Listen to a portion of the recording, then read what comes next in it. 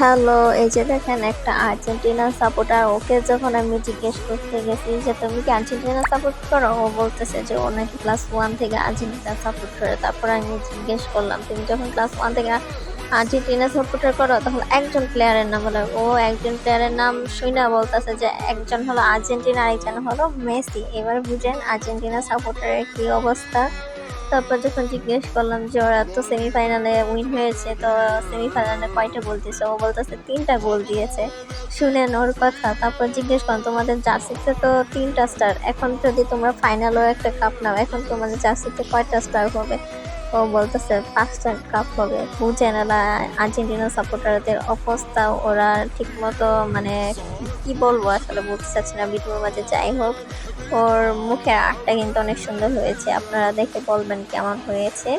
আর ভিডিওটা ছাড়ার রিজন হচ্ছে মজা করে, কেউ সিরিয়াসলি নেবেন না। যাই হোক, ও কিন্তু ছোট থেকে আর্জেন্টিনা সাপোর্ট করতেছে।